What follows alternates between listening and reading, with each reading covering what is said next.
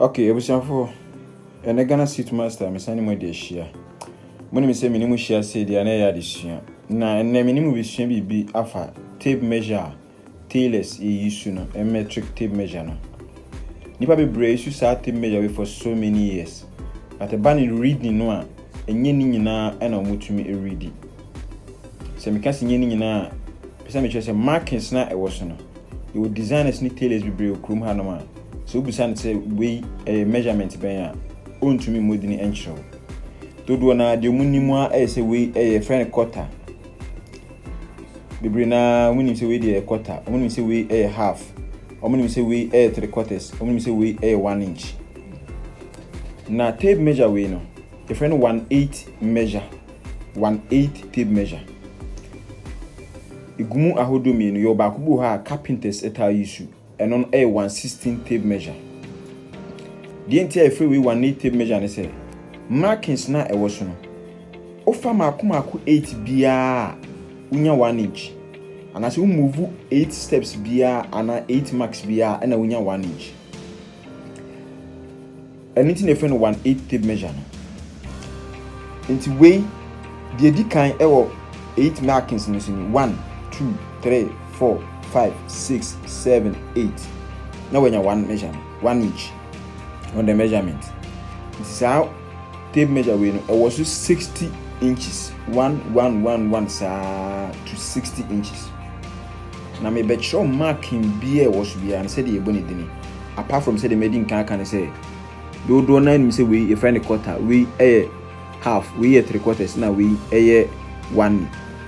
Ne mo me ba no say we anyway na dodo na enim nidini. Okay, yen shasi me bon kai say wunya en follow ya na wa follow. There are a lot of lessons ye de beba na so weti manya mu chefa as a tailor and as a designer. Mark we your friend 1/8. The entire friend 1/8 ni say 1 out of the 8 markings add up to become 1 inch. And on the first mark it's your friend 1/8, so it is 1 out of the 8. We a quarter.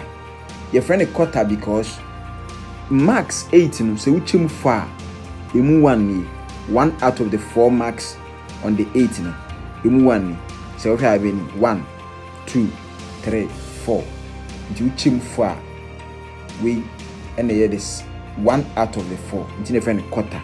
We bet me as our friend to 8 because a 2 out of the 8. Okay, let's move on.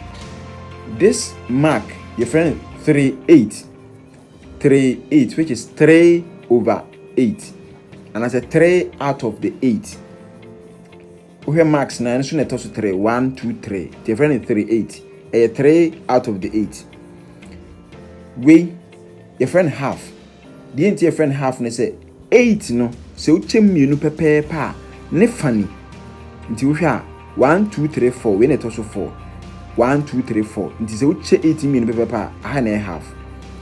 Okay, let's move on. We, your friend of 5/8. 5/8 because the 5th mark out of the 8. 1, 2, 3, 4, 5. The 5th mark out of the 8. It's your friend of 5/8.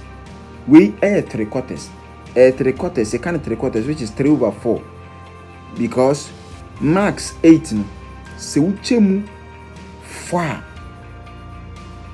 we and 3 out of the 4 divisions to show here 1 2 3 and so now we have become 4 we need 3 the 3 out of 4 which is 3/4. We mark we your friend is 7/8. Your friend is 7/8 because out of the 8 marks no and it also 7, so here 1 2 3 4 5 6 7. Then it was 7 out of the 8. The friend is 7/8. And so I know about the last mark, which is 1 inch. It's a to say the mark no need be a detail. So far we now do we become a friend 1/8, 1 1/4, 1/3/8, 1 1/2, 1